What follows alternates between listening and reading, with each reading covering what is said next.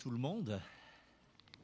J'espère que vous avez passé une bonne semaine et que vous passez un bon moment dans ce lieu en la présence de Dieu. Je voudrais remercier Claire pour son histoire. Elle m'avait contacté dans la semaine en me demandant « Paul, quel serait le thème de ton message ce matin ?» Et puis je lui ai répondu, je lui ai dit en quelques mots, n'est-ce pas Claire? Je pense que tu as eu du mal à te raccrocher probablement à ce que je t'avais laissé comme message. Je lui avais répondu en 3 mots, on trouve à l'Église ce que l'on y amène. Il y a déjà une réflexion là derrière, on trouve à l'Église ce que l'on y amène. Et puis je voudrais remercier aussi le pianiste qui nous a emmenés dans les montagnes russes à changer de tonalité. Une fois on monte, une autre fois on redescend. Cela donne aussi un peu de la surprise, mais aussi de la vie au chant. Et puis je voudrais rester aussi fidèle à une promesse ou un engagement que j'avais pris devant vous il y a 3 semaines, je crois, où à partir d'un texte, texte qu'on trouve dans l'évangile de Matthieu, je vais peut-être rapidement le relire. Il a sauvé les autres et il ne peut se sauver lui-même s'il est roi d'Israël, qu'il descende de la croix et nous croirons en lui. Il s'est confié en Dieu, que Dieu le délivre maintenant s'il l'aime, car il a dit « Je suis fils de Dieu ». Et à partir de ce texte, une multitude de questions peuvent surgir. J'en avais retenu certaines sans les développer. Avec cette première question, pourquoi ne l'a-t-il pas fait de descendre sur la croix? Ensuite, s'il l'avait fait, ceux qui ont assisté à sa crucifixion auraient-ils véritablement cru en lui? Et puis, si Dieu l'aime, pourquoi ne le délivre-t-il pas? Mais cette question, nous pouvons l'élargir et nous la renvoyer à nous-mêmes. Si Dieu nous aime, pourquoi ne nous délivre-t-il pas toujours de ce qui nous fait quelquefois tant souffrir?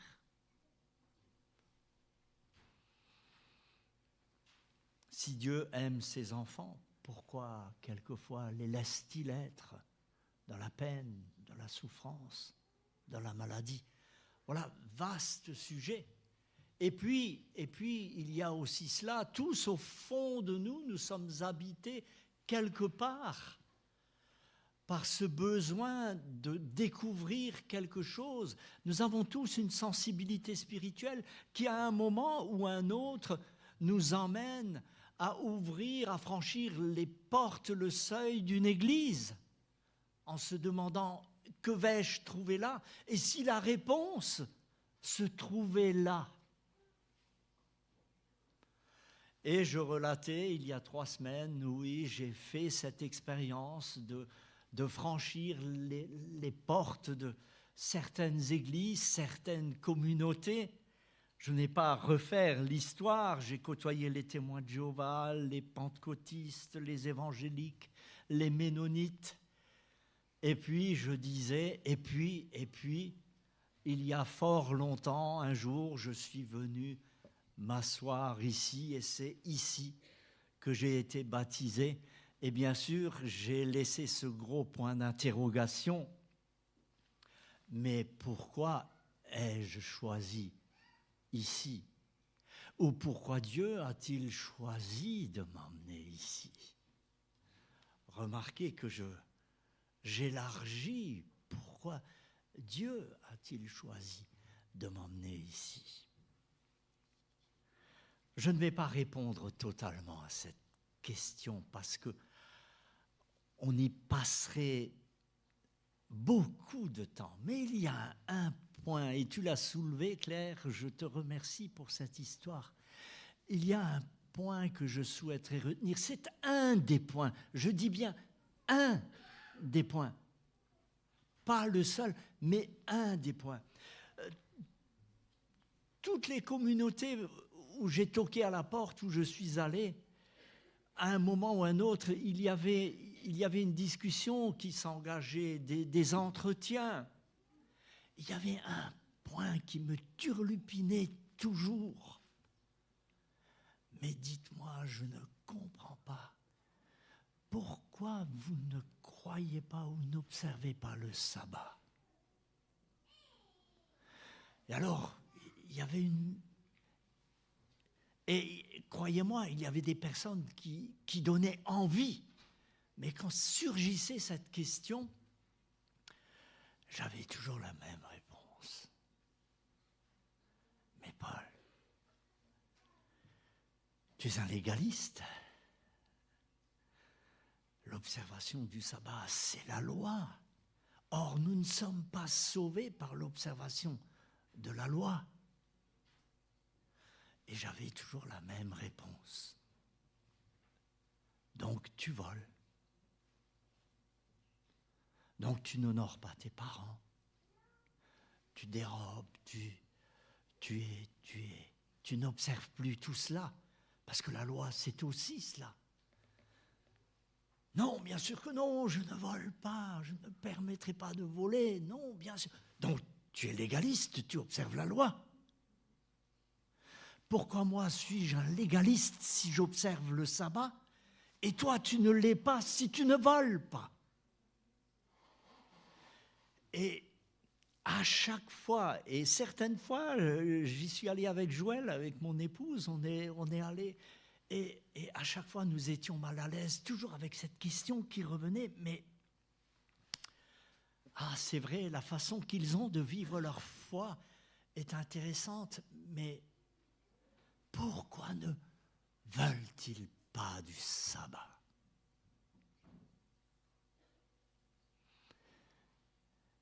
Je n'ai pas trouvé de réponse satisfaisante. Et puis j'ai trouvé une communauté où le sabbat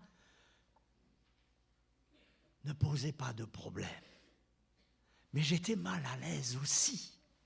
Permettez-moi de le dire en toute honnêteté. J'étais mal à l'aise aussi. Parce que d'un côté, j'avais envie de dire, pourquoi pas le sabbat? Et de l'autre côté, j'avais envie de dire, mais pourquoi que le sabbat? Pourquoi d'un côté si peu et de l'autre côté tellement? Et je l'avais évoqué, je le réévoque devant vous, je sortais d'une éducation qui était essentiellement basée sur le il faut, il faut, il faut, il faut, il faut. Il fallait que je me libère de ça. Oui, aujourd'hui, je suis fermement ancré au sabbat. Mais, et je tiens à souligner ce mais, ce n'est pas parce qu'il faut. Ce n'est pas parce qu'il faut.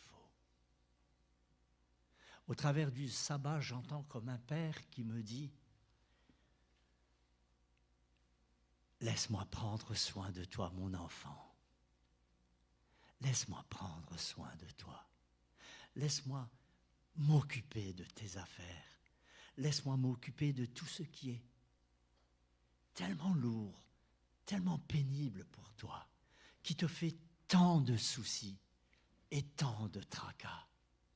Viens donc te reposer et laisse-moi prendre soin de toi. » Je trouve cette dimension tellement, oh pas il faut, mais mon enfant, repose-toi un instant. Je veux te bichonner. Et alors je viens et je dis, oui Seigneur, bichonne-moi tant que tu le veux. Cela me fera tellement de bien. Pourquoi devrais-je me priver de ça? Pourquoi m'en priver? Et j'ai envie de vous dire, je ne connais pas toutes vos vies à chacun, les amis, ne vous privez pas de ça. Vous verrez, ça fait du bien de bien se reposer. Quand vous dormez mal la nuit, comment vous vous réveillez le matin? Oh, ça m'arrive quelquefois. est grincheux, on n'a rien envie de faire. Mais quand on s'est bien reposé, ah, quelle belle journée. Les amis, quand nous pouvons bien nous reposer, quelle belle semaine s'offre à nous. Quelle belle semaine. Oui, ça a été un des aspects. Et croyez-moi, je ne veux pas relater là, mais cette croyance dans le sabbat, il y a une période de ma vie où cela m'a coûté très, très cher. Très, très cher. Je ne veux pas le relater là, ce sera peut-être une autre fois. Maintenant, toujours est-il que je te remercie, Claire, hein, de ce lien, de rappeler le sabbat. Ça a été un des critères importants. Et il y a ces questions malgré tout qui demeurent. Quand je viens à l'église, puisque j'ai fait un choix de communauté, qu'est-ce que j'y trouve? Pourquoi j'y viens? Ai-je obtenu cette réponse? Ma vie est-elle différente? Est-elle meilleure? Ou ai-je été déçu?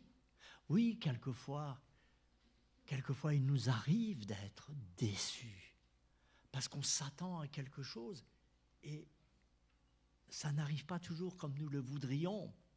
Et puis je pense à cette parabole que laisse Jésus qui nous dit, vous connaissez l'histoire, où allez insister, un homme avait un ami, il va le voir, il lui demande quelque chose, et Jésus va conclure son récit en lui disant, même s'il ne voulait pas lui donner, juste parce qu'il est tellement importuné, il va l'accorder.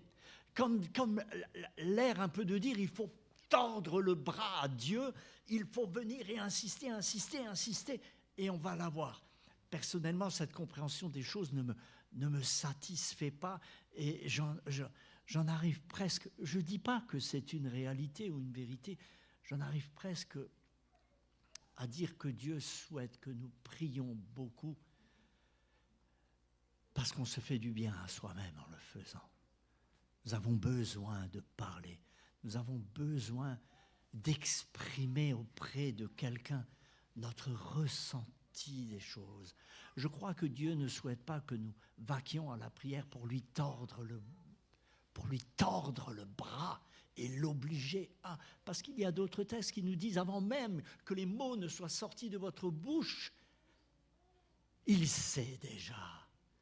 Alors d'un côté, pourquoi faudrait-il tellement alors qu'il sait déjà?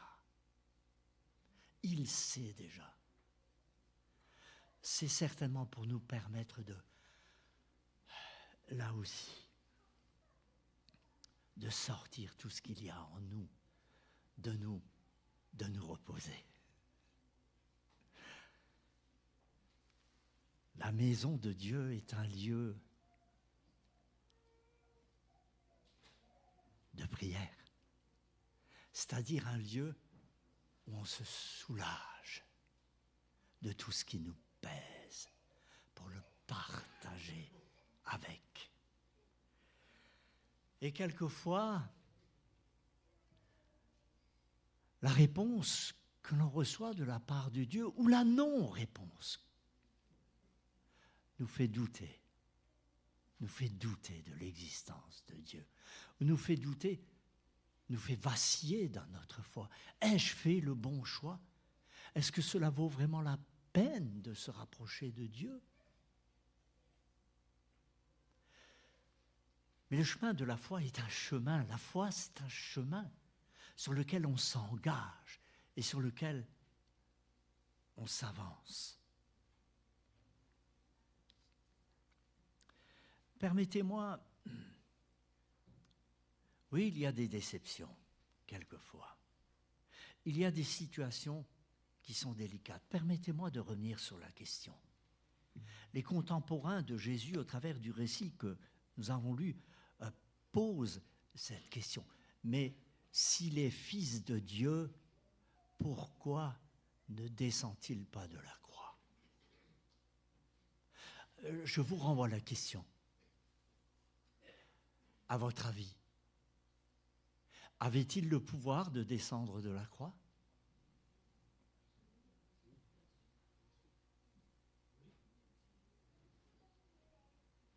Je pense qu'on est tous d'accord là-dessus. Ils auraient dû poser une autre question qui change tout.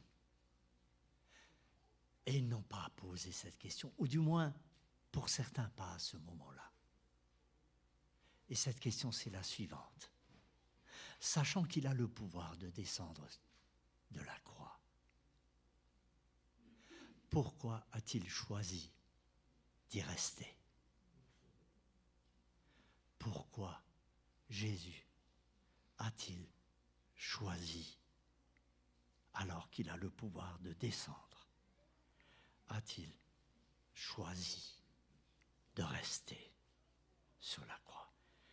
Et vous vous rendez compte, lorsqu'on se pose la question dans ce sens-là, cela nous renvoie à nous-mêmes et à nous interroger à nous-mêmes, au plus profond de notre être.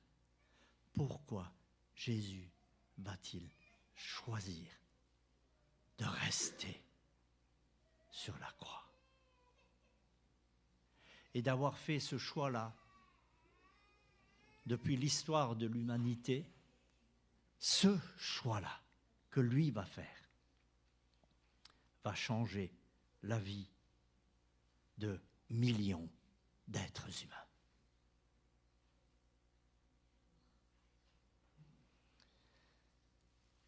Il y a de quoi beaucoup réfléchir.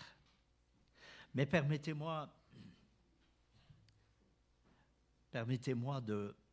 d'illustrer une partie de ma réflexion au travers d'un récit vécu.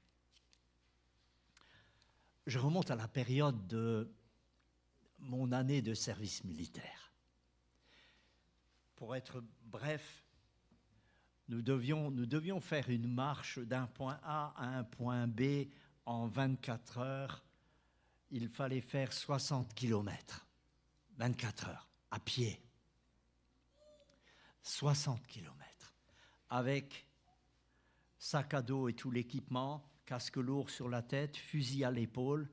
C'était en forêt noire, en plein hiver, il faisait -15, il y avait une hauteur de neige inimaginable. Nous étions un groupe de 20 hommes et il y avait 2 instructeurs, un qui marchait en tête de colonne et le dernier qui marchait en queue de colonne. Il faisait, les amis, il faisait un froid de canard. Je plains les Antillais qui sont là. Ils doivent déjà trouver qu'avec le temps qu'il fait aujourd'hui, il fait très très froid. Mais non, Olivier, tu dis non, il ne fait pas froid. Il faisait -15. C'était en plein mois de février. Et il fallait faire 60 kilomètres. Réveil minuit. Et on y va. J'aimerais vous poser une question. Je demanderai juste à Joël de ne pas répondre à cette question parce qu'elle connaît la réponse. À votre avis, qu'est-ce qui était le plus pénible?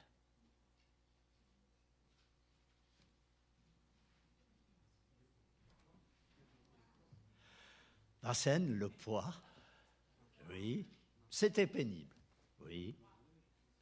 Marcher dans la neige, oui, c'est pénible. Mais ce n'est toujours pas ce qui était le plus pénible.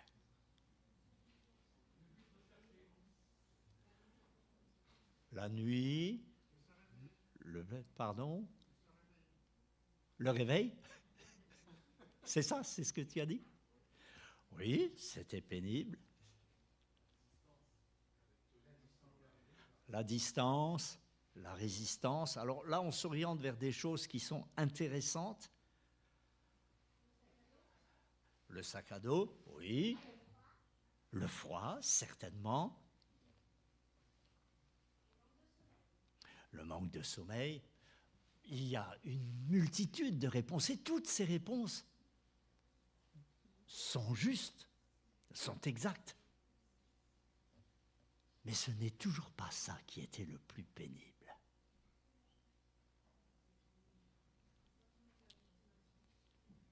Hulda ?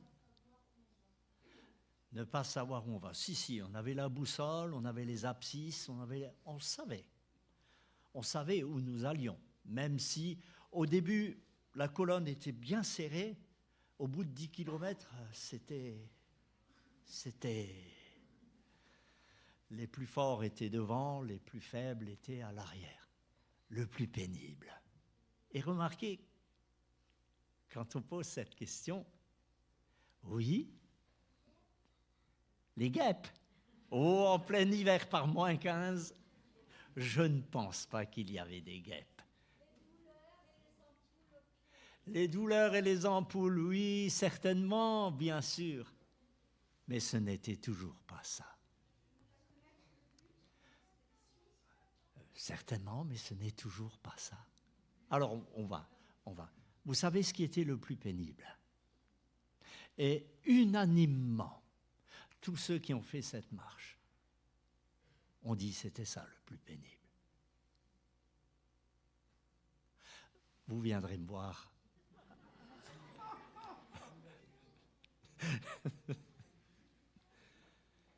Non, le plus pénible, c'était ceux qui ne cessaient de se plaindre et de geindre. Parce que ceux-là, ils vous sapent votre résistance et votre morale. Ils vous détruisent le moral.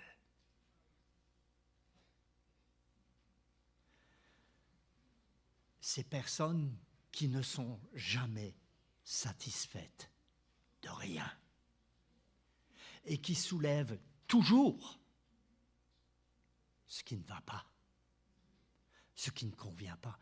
Mais dans une telle situation, il n'y avait que des choses qui n'allaient pas.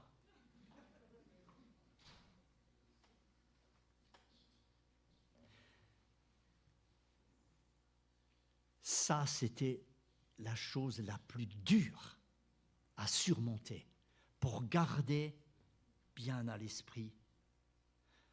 Je sais où je vais et je sais que j'y arriverai.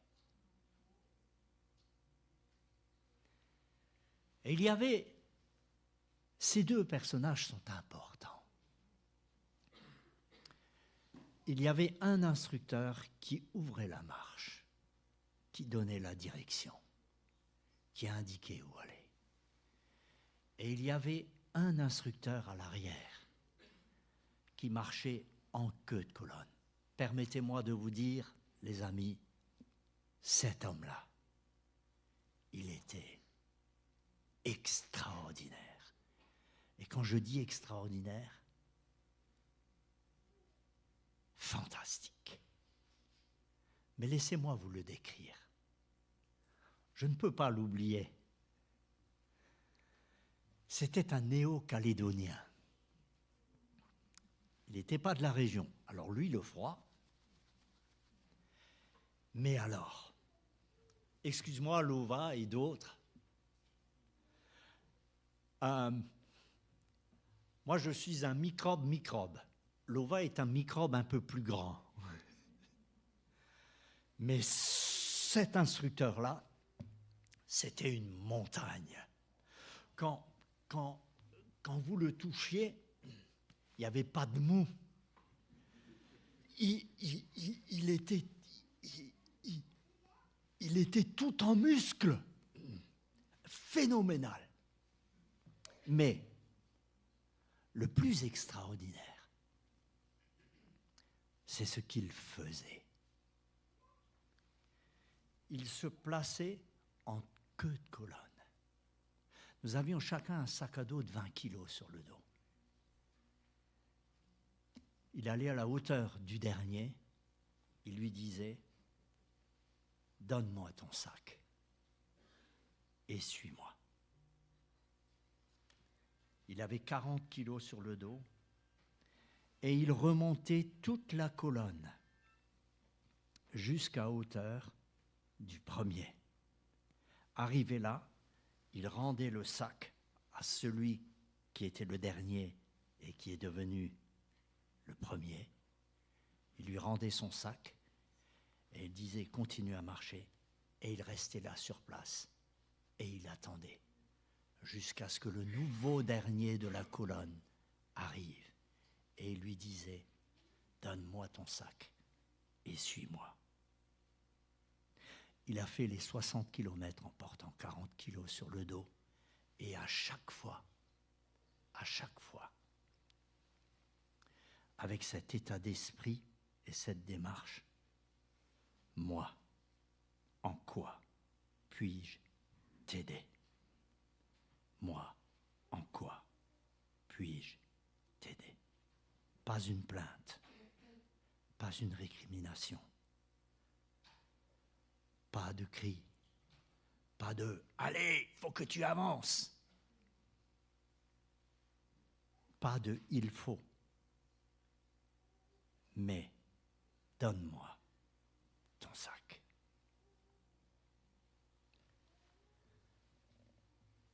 Quand nous étions arrivés, je lui ai demandé « Mais dis-moi, mon ami, pour être si fort, tu fais de la musculation, tu vas dans une salle de sport, tu... » Il m'a dit « Non, je ne fais pas de la musculation. Ma force, je l'ai trouvée en aidant les autres. Mes muscles se sont développés en partageant le poids et le fardeau des autres. »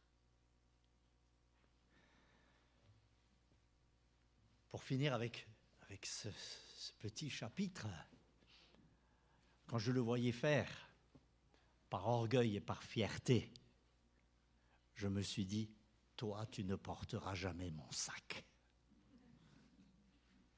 Ça, c'est le petit clin d'œil. Mais la leçon que je souhaiterais que nous puissions retenir, c'est lorsque nous voyons quelqu'un dans la difficulté ou dans la peine ou qui a du mal, la critique ne sert pas à grand-chose. Ça n'apporte pas grand-chose. Laisse-moi porter ton sac avec toi. C'est ça que l'on attend d'une église. C'est ça que l'on attend d'un chrétien. C'est ça que Jésus a fait sur la croix. Laisse-moi prendre ton sac et le clouer sur la croix. Laisse-moi le prendre. C'est ça notre vocation. C'est ça qu'il nous appartient d'apporter à l'Église, chacun de nous, individuellement. Je vais y trouver ce que j'y emmène.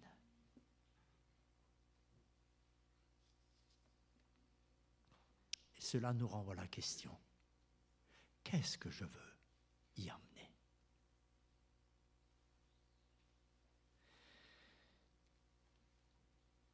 Le temps avance. Permettez-moi de partager encore un texte avec vous qui se trouve dans l'épître de Paul aux Corinthiens au chapitre 3. Nous pourrions lire tout le chapitre, je ne vais pas le faire. Ce chapitre, pour résumer en quelques mots, nous parle de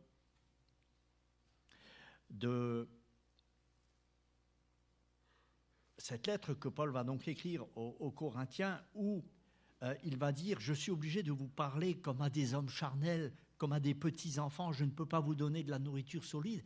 Vous vous chamaillez parce que les uns se disent d'Apollos, les autres se disent de Paul. » Et puis Paul va finalement dire « Mais qu'est-ce que c'est? L'important, ce n'est pas d'être Paul ou Apollos. j'ai eu le privilège de poser le fondement. Apollos a posé aussi le fondement. Qui l'a posé? Ça n'a pas d'importance. J'ai planté, Apollos a arrosé, mais Dieu a fait croître. Ce qui est important, le fondement, il est là et nous connaissons le fondement. Le fondement, c'est Jésus-Christ. Mais ce qui est important, c'est croître, c'est grandir. La vie du chrétien n'est pas statique. On grandit, on s'engage sur le chemin et on grandit. Et j'espère qu'aucun de nous, ici ce matin, n'est le même qu'il y a 10 ans ou 20 ans. Sinon, il y a quelque chose qui ne va pas. On dit souvent de l'Église, l'Église, il faut la voir comme un hôpital. Un hôpital. Vous connaissez ça. Vous l'avez tous, à un moment ou un autre. Vous l'avez entendu. Mais excusez-moi, quand je vais toquer à la porte du médecin que je prends rendez-vous, j'ai mon rendez-vous, je vais le voir, je lui explique ce que j'ai, et puis il me dit « Oui, j'ai bien noté, mais dans 20 ans, tu seras toujours encore malade. » Excusez-moi, mais si je tombe sur un médecin qui me dit ça, je vais en chercher un autre. Oui, certes, l'Église est un hôpital, mais par définition, quand on va à l'hôpital, ce n'est pas pour rester malade. C'est pour guérir. Et ça me permet de renvoyer la question. Dis-moi, mon ami, es-tu guéri ou es-tu toujours encore malade? Alors certes, la santé, ça fluctue. La santé, ça fluctue. Mais nous sommes appelés à croître, à grandir, à guérir. Celui qui plante et celui qui arrose sont égaux et chacun recevra sa propre récompense selon son propre travail. Car nous sommes ouvriers avec Dieu, vous êtes le champ de Dieu, l'édifice de Dieu. Selon la grâce de Dieu qui m'a été donnée, j'ai posé le fondement comme un sage architecte et un autre bâti dessus. Mais que chacun prenne garde à la manière dont il bâtit dessus. Car personne ne peut poser un autre fondement que celui qui a été posé, savoir Jésus-Christ. Or, si quelqu'un bâtit sur ce fondement avec de l'or, de l'argent, des pierres précieuses, du bois, du foin, du chaume, l'œuvre de chacun sera manifestée, car le jour la fera connaître parce qu'elle se révélera dans le feu, et le feu éprouvera ce qu'est l'œuvre de chacun. Le feu. Le feu. Dites-moi, de tous les matériaux qui ont été énumérés là, quels sont ceux qui brûlent?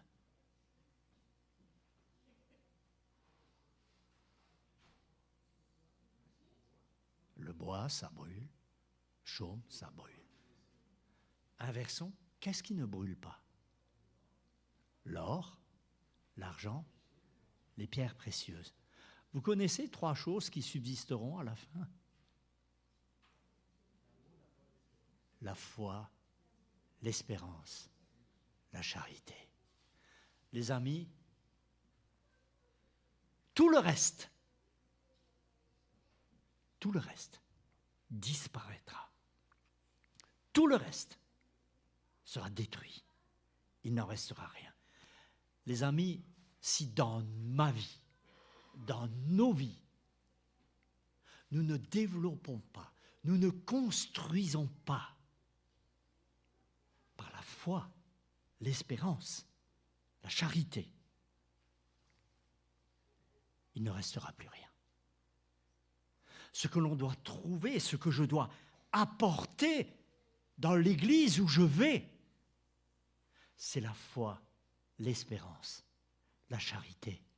Ce que je dois pratiquer dans l'église où je me rends, c'est la foi, l'espérance, la charité. Tout le reste sera détruit. Nous devons là bien réfléchir. Qu'est-ce que je veux amener à l'Église? Qu'est-ce que j'apporte autour de moi? Qu'est-ce que je distribue autour de moi? La critique, le mécontentement, la rancune, les mots blessants, l'amertume. Et je peux rallonger cette liste. Ce n'est pas mon rôle. Ça n'a pas sa place à l'Église. Ce n'est pas ça que l'on recherche. Je suis grave ce matin. Non, non, non. C'est un chemin. Nous pouvons décider aujourd'hui. Nous pouvons choisir, oui Seigneur, c'est vrai. J'ai envie de développer ça dans mon existence. Et je sais que j'apporterai du bonheur à ceux qui me côtoient. Et moi-même, j'en serai plus heureux. C'est un privilège que de pouvoir se dire, parce qu'un jour, quelqu'un m'a peut-être rencontré.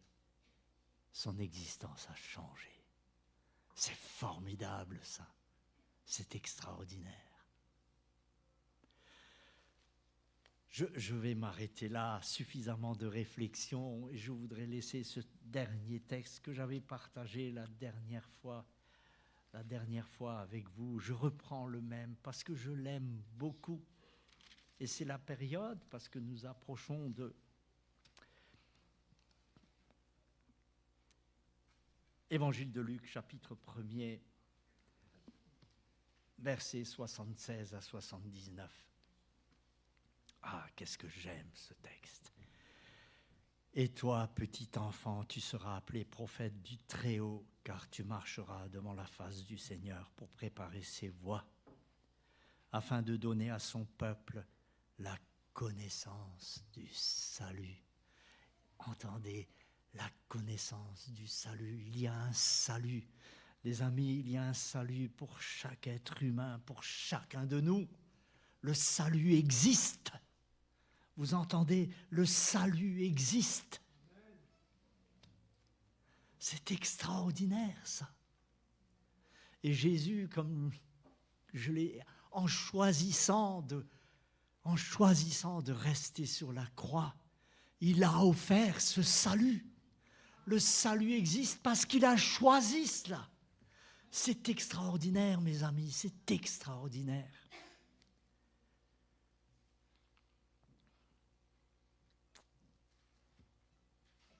« 76, je reprends. Et toi, petit enfant, tu seras appelé prophète du Très-Haut, car tu marcheras devant la face du Seigneur pour préparer ses voies, afin de donner à son peuple la connaissance du salut par le pardon de ses péchés. » Par le pardon. Les amis, quoi que tu aies fait, quoi que j'ai pu faire dans ma vie, le pardon existe. Je peux être pardonné, même si j'ai été le pire des hommes, le pire des êtres humains, même si j'ai fait les choses les plus moches. Le pardon existe. Et il faut que j'apprenne à me pardonner à moi-même aussi. Qu'est-ce que c'est dur, ça, quelquefois. On a tellement honte, quelquefois, de ce qu'on a pu faire, que la planète entière autour de nous peut nous dire « mais,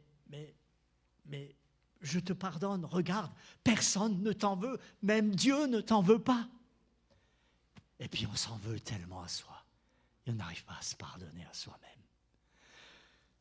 Il faut se pardonner à soi-même. Afin de donner à son peuple la connaissance du salut par le pardon de ses péchés, grâce aux entrailles de la miséricorde. Le cœur de Dieu, les entrailles de Dieu sont remplies de miséricorde envers nous. Là aussi, c'est extraordinaire. Les entrailles de la miséricorde de notre Dieu, en vertu de laquelle le soleil levant nous a visités d'en haut. Le soleil se lève, la nuit est passé. Le jour se lève.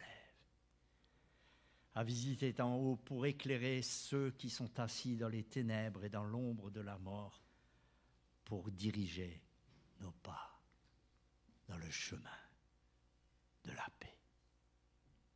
Soyez en paix, soyons tous en paix. Amen.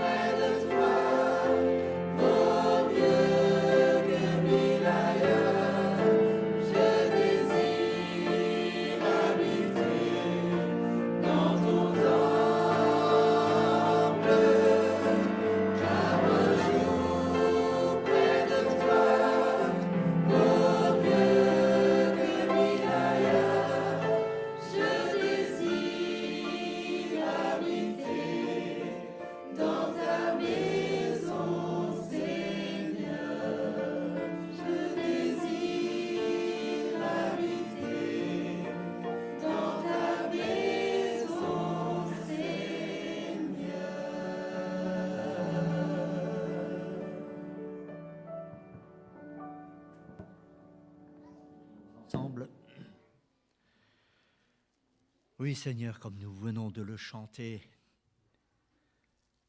nous voulons rester auprès de toi, parce qu'auprès de toi se trouve le salut. Merci de ce que le salut existe pour chacun de nous, que personne ce matin en quittant ce lieu ne se sente indigne, impropre de ce salut. Merci parce que tu nous rappelles que tu es un Dieu miséricordieux, que personne en partant de ce matin ne se sente lavé, non pardonné. Tu pardonnes. Merci de ce que tu pardonnes. Et que nous puissions les uns et les autres nous pardonner à nous-mêmes, que nous puissions repartir légers, rassurés, parce que nos vies sont dans ta main et que tu en prendras soin jusqu'à ce que tu reviennes. En Jésus-Christ. Amen.